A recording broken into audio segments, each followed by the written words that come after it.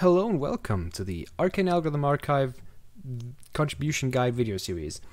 Since you're watching this video, I assume that you're new and I welcome you in the name of the entire team.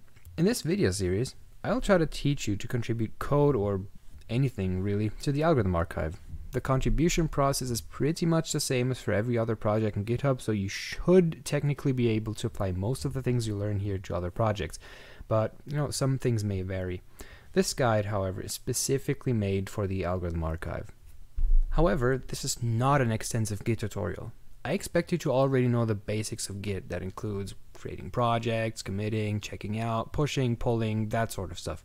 If any or all of these things don't make sense to you, you should read up on Git first and then come back. I will briefly cover some of these concepts in relation to GitHub contribution, but you should already be somewhat familiar with Git.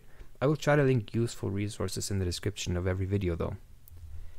There could also be a few things that work differently on different operating systems. I'm currently using a freshly installed version of Ubuntu 18.04 as you can see, but you could be writing code on any distribution or maybe Mac OS or Windows.